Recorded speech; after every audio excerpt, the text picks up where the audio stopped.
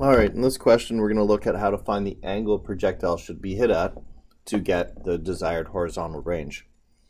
Golfer hits a ball at 35 meters per second. Determine the angle for the ball from the horizontal that would result in the ball landing 85 meters away.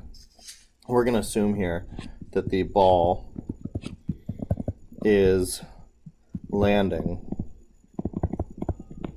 at the same vertical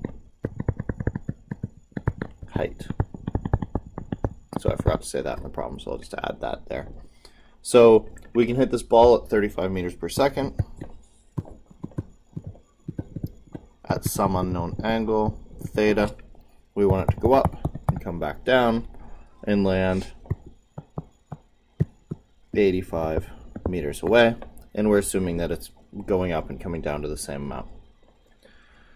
So like all projectile problems, I'm going to start with my vertical and horizontal information. My acceleration will be negative 9.8 in the vertical and 0 in the horizontal. My initial, what should I do here? My distance in the horizontal that I want is 85 meters, and my distance in the vertical that I want is 0. I'm going to do V1 here too. So this one, the vertical component would be V1 sine, actually not V1, it would be 35 sine theta. So 35 sine theta. And this is the cos side here, so this would be 35 cos theta. And that's all I can do for now because I don't know the value of that angle. Okay. And I'm also going to recognize that a common variable that I can use in each direction is time, and use that to create a couple of equations here.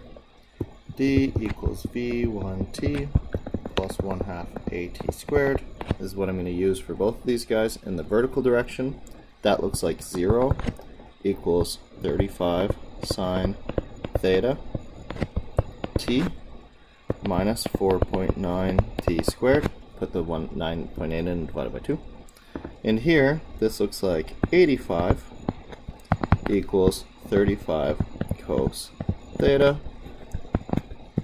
times time, and then plus 1/2 at squared, but a is 0, so I can use that simplified equation.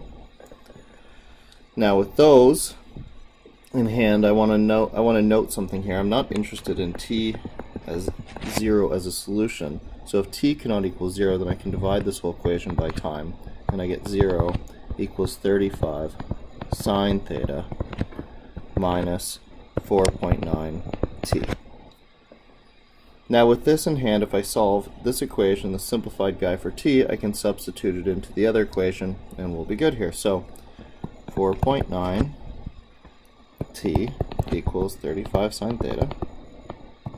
35 sine theta, there we go. And then if I divide both sides by 4.9, t is equal to 35 divided by 4.9, oops, try that again, 35 divided by 4.9, 7.14 seconds, not seconds, oops, sine theta.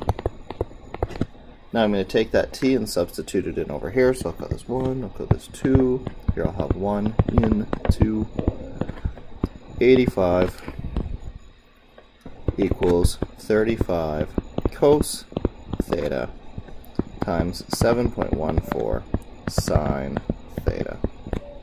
Just like that. Now, I'm going to 35 times 7.14. Just simplify this here for a second. I got 249.9 cos theta sine theta. That's equal to 85. And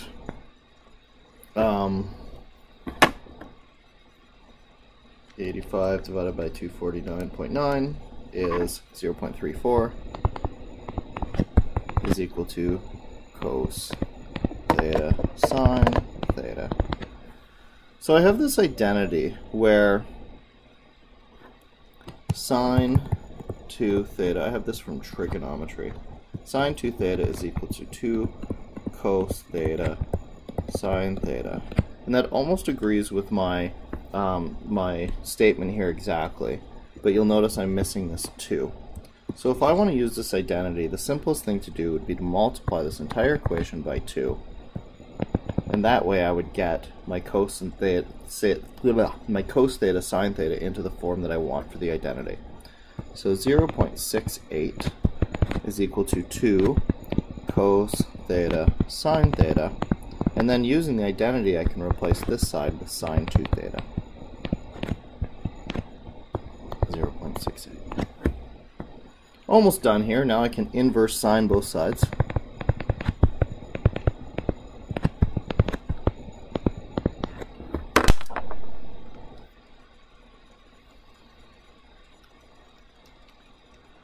I got 42.8 degrees.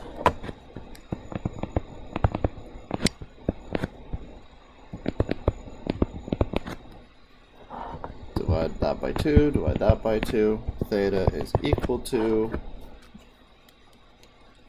21.4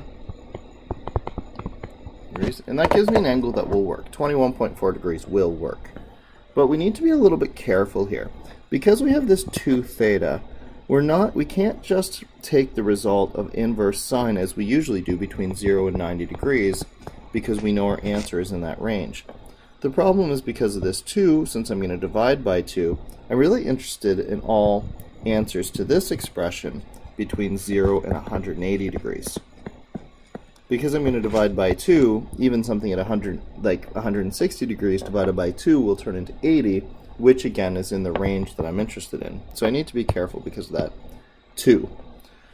So I have to go a little further here and use my cast rule. This sine resultant was positive, which means I'm dealing with solutions in these 2 quadrants. One solution was 42 degrees, and I had that solution right here. But there's a secondary solution over here that has the same related acute angle, 42.8 degrees. And so I need to figure out what this big angle is here, because when it's divided by 2, it's going to come back into my range. So to get that, I'm looking at the complementary angle, 180 minus 42.8, which is 137.5, or 137.2. And then another solution to this then is to say 137, so I'm basically going from here through to my second solution. 137.2 equals 2 theta, and then I can divide both by 2. Theta equals 68.6 degrees. And what I get is a secondary solution to this problem. So you could hit the golf ball at 21.4 degrees or 68.6 degrees. So those are all the actual possible angles that you could use to get the golf ball to go the 85 meters that you want it to go. One more time, the trick to this question, when I got here, sine inverse, I usually just take my sine inverse and say, well, since I'm looking for an angle between 0 and 90 degrees, I'll just take the first angle that comes out of my calculator when I use that inverse sine. But in this particular case, since I am trying to find 2 theta, I want all the angles that when divided by 2 land me between 0 and 90 degrees. I have to consider the angles from 0 to 90, but I also have to consider any angles that appear from 90 to 180. And with that in mind, I have to do my normal cast rule thing where I recognize because this is positive, I can have this quadrant or this quadrant. This is the acute angle that gets put out, so I got that one, and I can find the related obtuse angle and divide it by 2 to get a secondary solution.